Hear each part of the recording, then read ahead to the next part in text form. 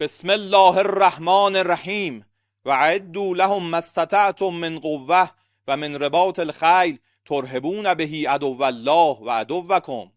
آمریکای جنایتکار در ادامه حمایت‌های همه جانبه خود از تجاوزگری رژیم صهیونیستی با نقض آشکار حاکمیت جمهوری اسلامی ایران به صورت مستقیم وارد جنگ با ایران شد و به خاک مقدس ایران تجاوز کرد.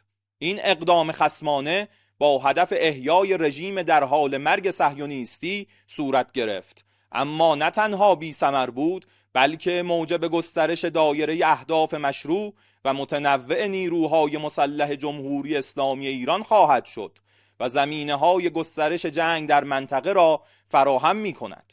به شما اطمینان می‌دهیم که با این تجاوز عقربه‌های ساعت به سود شما نخواهد چرخید. رزمندگان اسلام در پاسخ به این جنایت با عملیات‌های قدرتمند و هدفمند عواقبی سنگین، پشیمان کننده و غیر قابل پیش بینی برای شما رقم خواهند زد. ان شاء الله. Gambler Trump, you can start this war, but we will be the ones who end it.